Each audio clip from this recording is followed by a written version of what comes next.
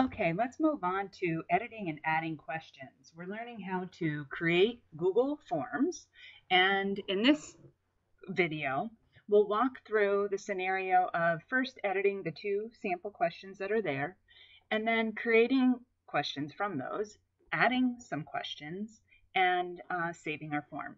So let's get started. Google provides you with two sample questions every time you start a form. To edit those questions, you just click on the far right of them, and then you click on the pencil icon. How ironic is that? So we're making a parent survey, or a parent questionnaire. So let's go ahead and make our first question parent name, because obviously we need that first. We're going to make this a required question because the form won't be helpful to us if the parent's name isn't there. I'm sorry, I'm going to make this first name parent first name because we're going to ask for the student's name as well. Then you click on done. And what I didn't point out here is that this is a text field. So I'm going to go back into edit mode. I could make it a paragraph text, multiple choice, a checkbox, choose from a list, a scale, or a grid, but I just want to make a text field here. So I click on done, and I'm going to make the second one to be parent last name. And I also am going to leave this as a text and make it a required question. So now I have edited two questions, and I'm going to make a few more text questions. I want to know what the child's name is, and then I want to know the phone number and email of the parent. So let's go ahead and collect the child's name. Add item. So now I need to add another question, so I'm going to click on add item and choose text because I want it to be a text question. And I'm going to call this child first name, make it a required question, click done, add item, text question, question titled child last name, and I'm going to make this a required question.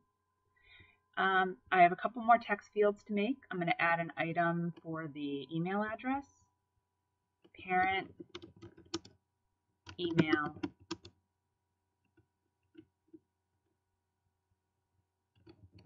parent preferred email 1. You could add more. You could say email 1 or day email, or I'm just going to collect one. And then I'm not going to make this a required question because they might not have an email. And then I'm going to click on add item, and it's going to be a text item because I want the phone number as well. So parent preferred phone. And I'm not going to make that a required question either because I want to get the survey back. So maybe they're not going to provide that information. And we'll deal with that when it comes. So you can make your questions obviously any way you want. You can ask for a daytime phone number, a cell phone number. For the purpose of this tutorial, we have these items right now.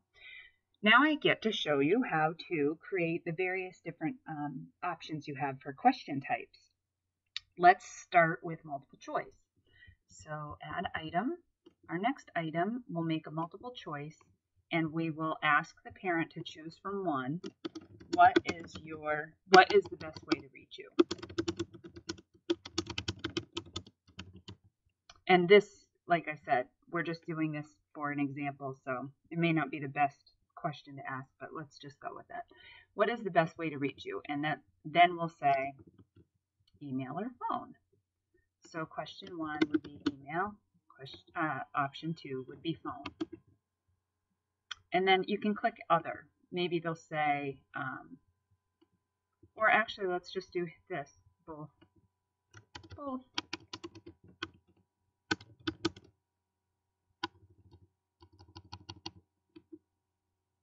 Or either one. So let's just add other. So I'm going to take that out. Phone, email, and then other. So now they have the option to add their own answer, which is even better. So I'm going to click on done. I'm going to make this a required question. That way, if they haven't answered whether or not they have phone or email, maybe they're going to provide a different way, like come to my house directly. So that's how you add a multiple choice, and that's what it looks like. Multiple choice lets the user select only one. But let's say you wanted to give them an opportunity to choose several things. So we're going to add an item called checkboxes. This allows the respondent to enter more than one item. And let's add, please pick at least 2 events you would be willing to help out with this year. And we have checkboxes chosen, so let's put in holiday, party, nap, night, spelling bee, harvest fest, I don't know. Okay, so then we have that. And let's go ahead and add this option. I am not available to help. So we give them the option to opt out. You could always select add other if you're looking for them to be able to add their own something. And make it a required question because they will need to tell you what they're willing to participate in, or that they're not available to help, or they can provide another response. Moving on, we have our next question, which is a rating scale. So I'm going to click on Add Item, and I'm going to choose Scale. And my question here will be, how would you rate your child's anxiety toward this school year?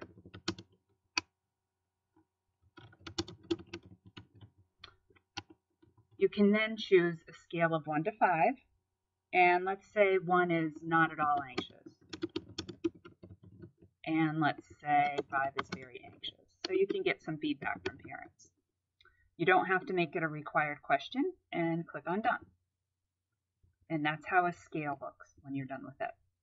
And let's go ahead and add a paragraph question. So click on Add Item, Add Paragraph Text. Allows the person to add more than just one line of text. And then you could just say, please share any questions or concerns you have. Please share questions or concerns.